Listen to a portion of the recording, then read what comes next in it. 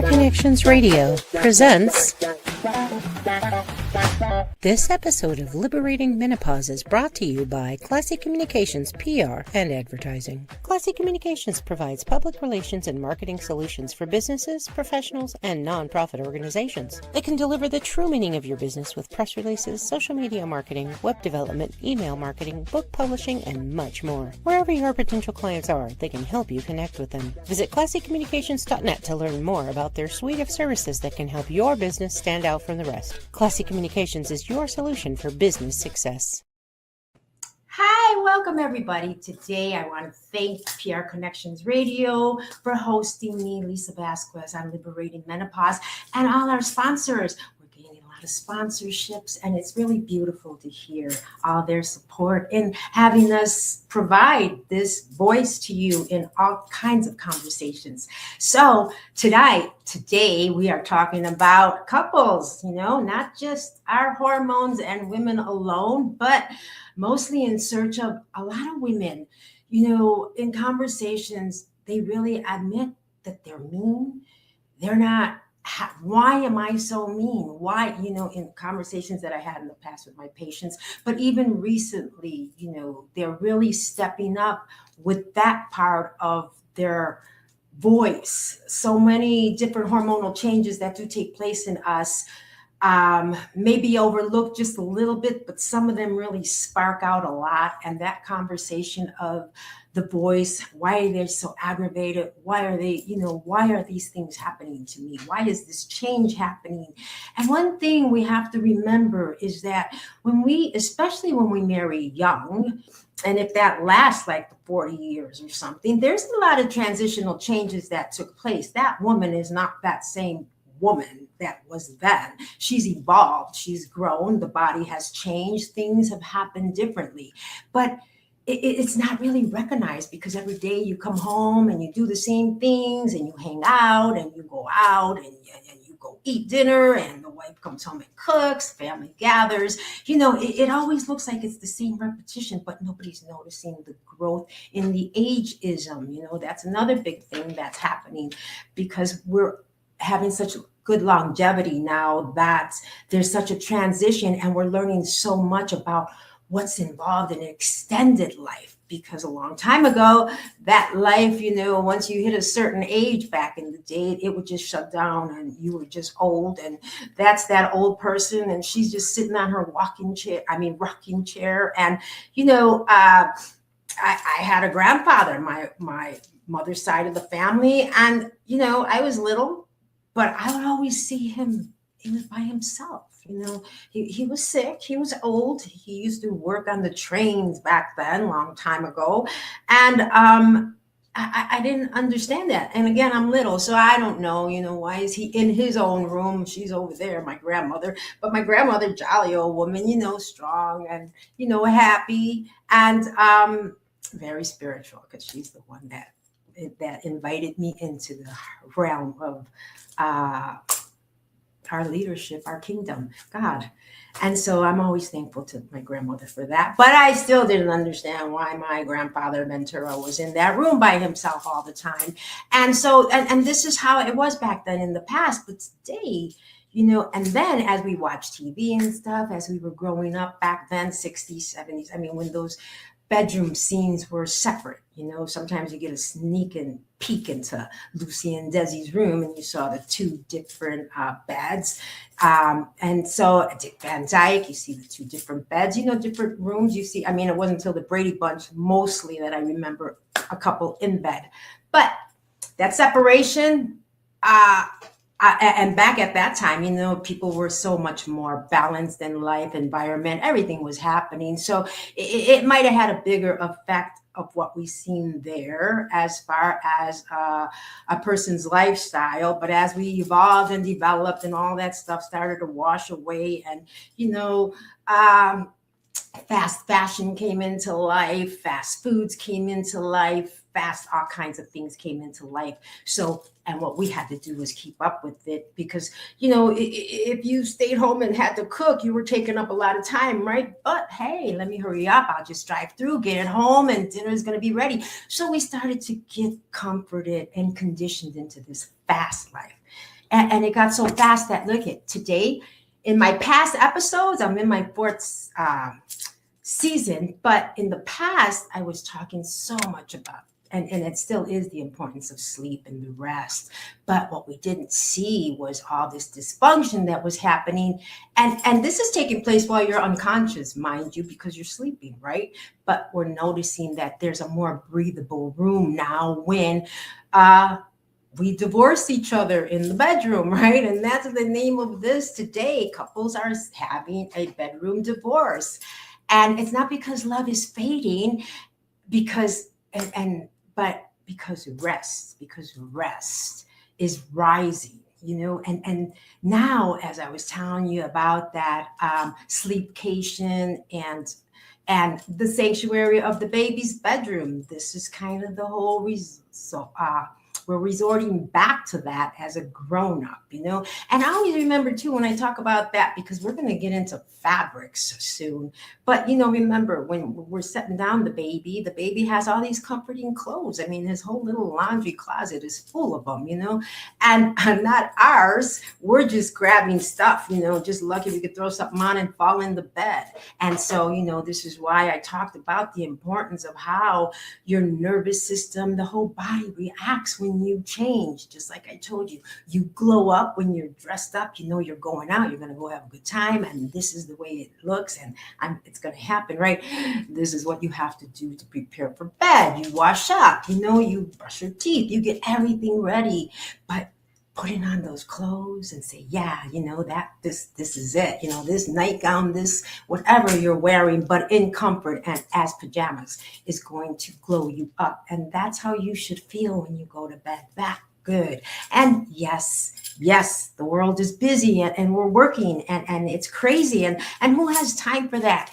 And that's the whole idea, is that we have to make that time, because obviously it's really affecting us, because, we're hiring a night crew. We're actually, which means each partner goes where their nervous system can finally exhale. Can you imagine that? He goes there, she goes there, and intimacy becomes intentional, not assumed, because some people do have that program during the week because of that one night that the kids get to go away, or, that's the day that, there's the calm during the week, possibly Wednesday, or, a wine and dine on Thursday or something, but it's always set. And in this way, there's like this key word where, because you didn't separate because it was intentional as far as anger or anything involved. There was a separation of choice, the autonomy, the freedom to pick these things, to do this for yourself, and that your partner agrees to it, because not every partner is going to be happy with that, especially the ones that stay snuggled the whole night. You know what I mean? They're gonna, what? And maybe those don't separate, but we don't know that. It's always behind closed doors, right? So, when she goes where she goes, and that intimacy, like I said, changes in its atmosphere, and it actually grows stronger because of the way it comes back to each other. So why does our mind race in moments you try to sleep? During the day tasks, there's so much that we do. I mean, and in his work, 8 hours a day, and your work during the day, the conversations, the responsibilities that keep you thinking, right? Suppressed. But you always take away a dark room, no input, nothing's happening, and your brain finally has a space to unload everything where again you can breathe. And I know that too, because sometimes when my husband does go on vacation, things like that, you're like, wow, and you have the whole room, and I get to stay up and read and everything that I like to do, right? Because a lot of guys, they just like to have the TV on and things like that. So it's really fun, because most women, a lot of career women, and every woman mostly, we like staying up later, because then silence comes, the house is quiet, and things can get done, right? But changing that into the fact that sleep divorce isn't about breaking, getting apart, where it's about letting each of us, each member of us, bring back the night crew. Let them do their job. Let them bring that relaxation to us in the way and timing that our body really wants it, instead of that program time, like we all go to bed at 9 o'clock, right? And that's just to sit in bed, watch TV or do whatever. But this way, 9 o'clock comes, okay, see you later. And you go that way. And then things get done however it needs to be.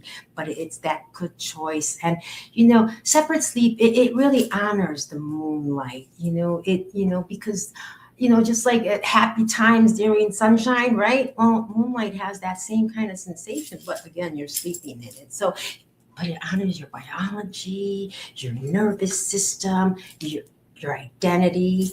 And for many couples, it honors the relationship itself. And that's because rested people love better. Could you imagine that? I mean, I just, some of the culprits that your brain is not behaving. Could you imagine? It's unloading during the day, conversations I was telling you, and all those things that you were responsible. But at night, your brain finally has a space to release it all without being held back. And that's the thing. This is why your head hits the pillow and your mind becomes you get this new screen, this new vision, because you're about to go to sleep, right? But then what about, the anxiety that can happen with women? It's when, the sleep anxiety is the fear of not sleeping. And I told you I had that experience when I would wake up and you just hear that the whole world is quiet. Everybody's sleeping. The dogs are sleeping. I mean, your plants are sleeping. I mean, everybody's sleeping. And when my patients would tell me this, that fear, because they're still up and they're coming to see me for their exam, so they hadn't slept. I mean, I did eventually get sleep, but they were still up. So now you're kind of in that presentine state, right? The zombie state. But you're still functioning because we have to. But it is, a big effect on your body. And you fear again the next night. What if you're going to wake up again at 3 a.m. again? And, your nervous system interprets all of that. And it's not really to really bring this to you to create you to be the doctor. What I want to create you to be is the detective, the one that senses, the one that notices, the one that sees changes when you do sleep and when you don't sleep, the one that shows you, because we'll be getting into a lot of nutrition later, and the ups and downs, what fluctuates you, what gives you cortisol base, what inflames you under your eyes. A lot of things react when you go to sleep, depending on what time you ate last. What did you eat last? Was it a lot of craziness that had you up all night, and in a senior world? Now, this is crazy because you could have lived in that house for 30 years, right? And you're walking through the halls all the time, and you're walking through your bedroom, and you pass your bedpost, and all those things, right? And nothing ever happened in maybe the first 25 years of that. But here you are now in a elevated age. And all of a sudden you stumped your toe. All of a sudden you kick the wall on your way, or you're walking and you're really going straight and boom, you hit your shoulder. I mean, all these imbalances. I mean, I actually take these extra precautions only because, again, in the classes that my women gave me as seniors coming in, because they had to get an x-ray of their foot, and then they told me what happened. Or, one of them, and this is very important because she was cleaning her bathtub, right? And some of those bathtubs are wide. And so here she was hanging on to the wall of the bathtub while she's cleaning it, and the arm gave out and she collapsed and fell in. And again, these are freak things that happen, right? Because she's probably been cleaning all the time and doing that, right? And suddenly the joint just let go and she fell. So in radiology, you hear and see a lot of incidents of errors that take place out of common things that you would have never thought was going to hit you. One woman, she told me that some bowls fell on the floor, and when that happened, it was so loud, she lost hearing in one ear. I was just amazed because, of course, we're talking and she has to let me know that, she can't hear on that side. And then when she told me that, it's very, you can't imagine, 45 years on a daily basis, preparing these things. I mean, how else can a person really root herself to grow in a better direction, to avoid things? I'm not saying I was able to avoid a lot of things, because some things can't be avoided. I'm sorry. But in this case, this is what developed me. This is how I was able to grow. And this is the precautions that I'm taking right now, knowing that here I am getting ready, for my 66th year in February. So in August, this is my kind of midpoint, 6 months in and 6 months I'm going to be out, right? So here's where I start preparing and setting things up for that future, because 66, again, a lot of people that I knew at that age were going through a lot of breakdowns and chronic illnesses and things like that. And we're learning from people who were able to advance and pass those things and develop into this next life. Where my end zone came, say it was the Monopoly game of my life with my patients and everybody, kind of stopped around 66. There wasn't, unless I had a really great, humorous elderly woman, which she was about 79. I'll never forget her and her husband, and how she tells me what they shared, what they did, how they're on bioidentical hormones together, how all these things. But at 66, a lot of times my conversation back then in those years ended with it just became more chronic illnesses. So these were the things that you didn't want to really see yourself develop into. And this is why I, again, bring these conversations to you, because you're in the workplace. We all are, but to be aware and be preventive and be prepared and do all these things. I told you I had to feel myself through this. I had to test everything. I had to, everything, because what they said happened to them. I had to open a new path to go and develop a new way of, okay, well, if they said that, then I better make sure in my recipe today for my life for tomorrow is going to contain this. There's always a recipe for your life. There's always a cookbook, because there's things that you're putting in there, and there will be things that you're going to see that are going to have effects on you. And this is why, back to the fact of, sleep. I'm teaching you that your brain fed equals sleep, right? And not stress. And that's the whole thing. This is the frustration pill. When you mention, not a real pill, but behavior reset.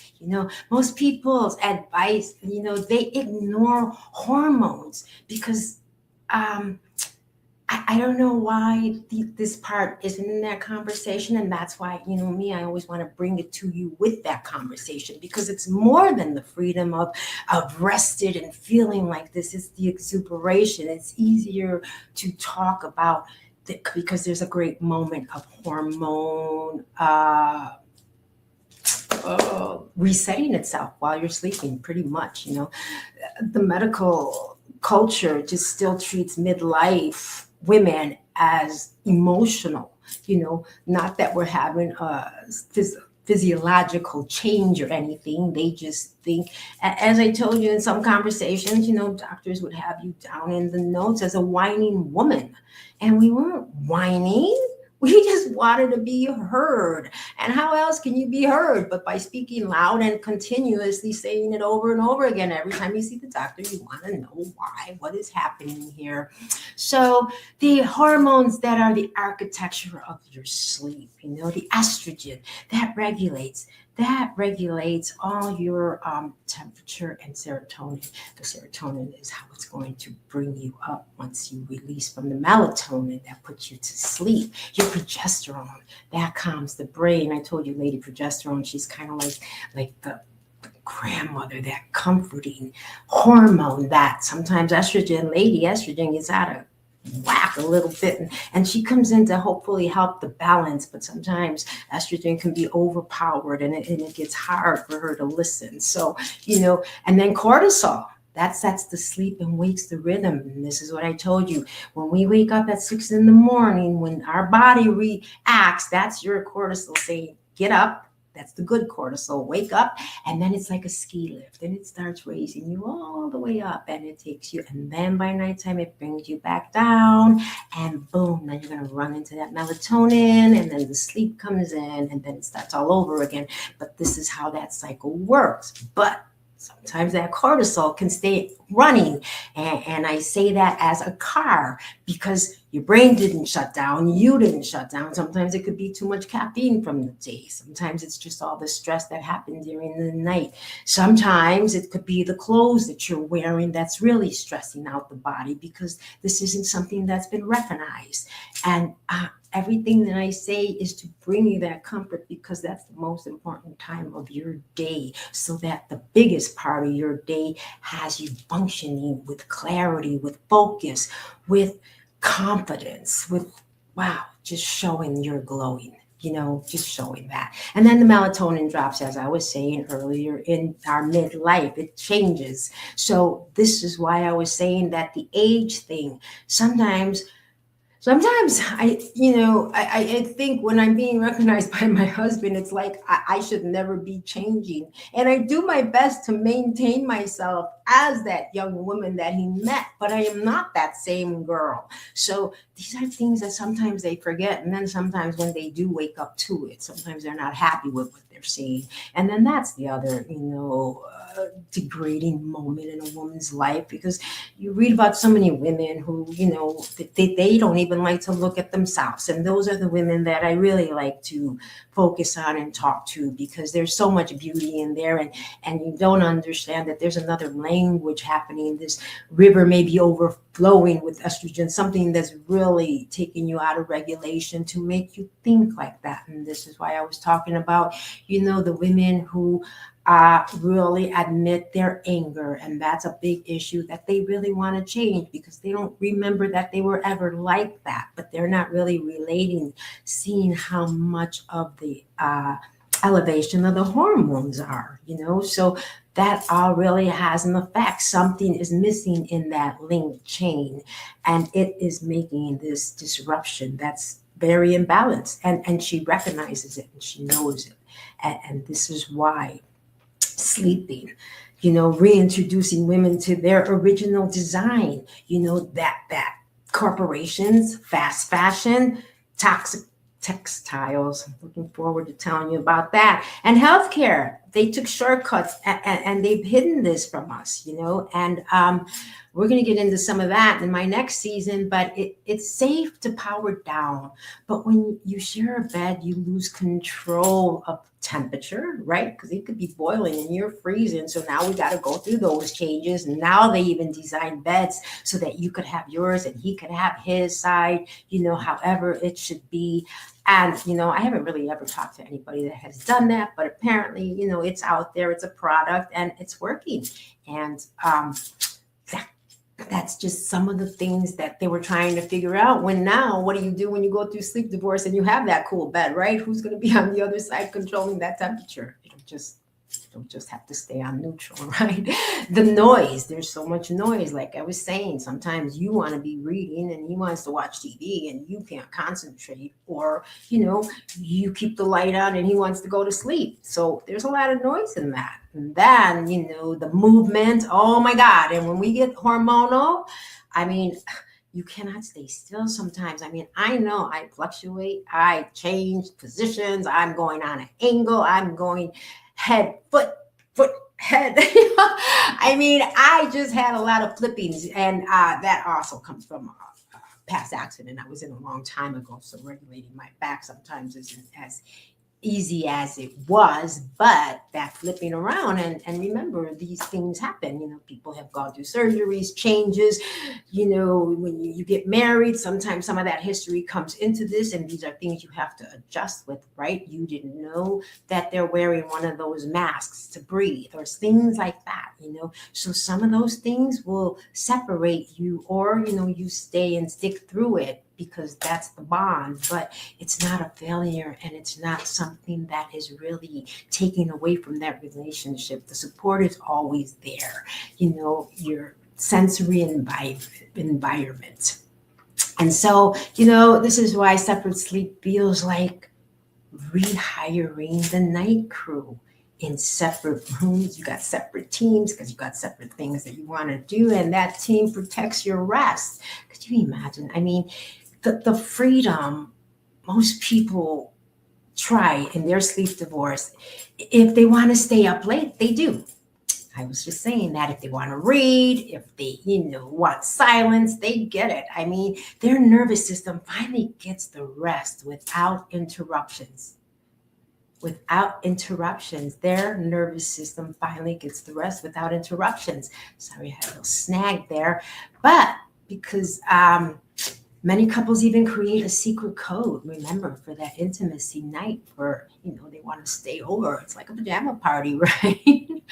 And moonlight is the metaphor for recovery, introspection, right? That's where, because we're not externally inspecting, we're intro. We're letting it all cool off down there.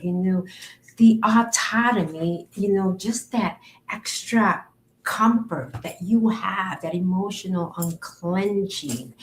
Sometimes there's a lot of stress in relationships that are kind of on the edge, right? So maybe this sleep divorce can help that and bring more strength into that relationship so that it doesn't start to crumble, because sometimes, we are supposed to go to bed with a happy smile, happiness in our heart.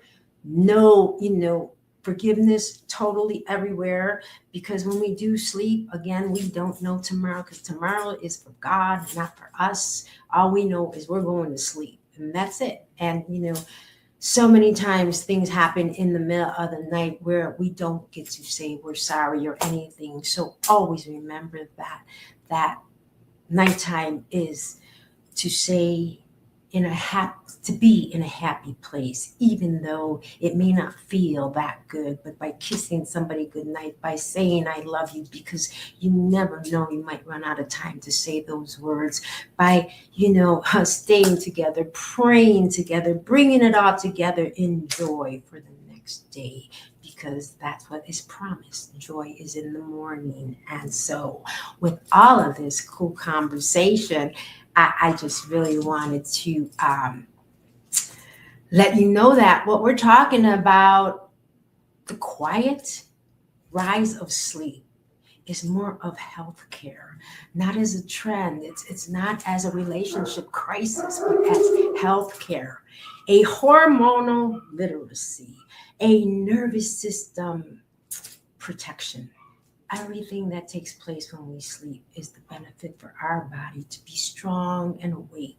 So when we do have that opportunity to know that life is still waiting for us, we have a purpose in this next day, because we have woke up, we have risen, and we're feeling a lot better. That sleep divorce, it may be something cool to try. And, when your hormones are out of balance, your sleep becomes the first thing to break. So when you sleep, most couples don't know that.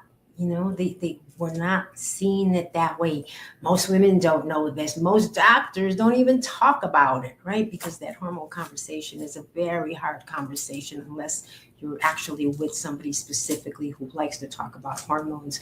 And, it tells us the unfinished business is piling up, because there's no sleep, right, in your mind. I mean, the sleep anxiety that becomes its own stressor, racing thoughts that, that you just can't sleep. I mean, all these different things, the feeling of being tired but wired, that is a horrible feeling, because when you can't sleep, it is just very uncomfortable.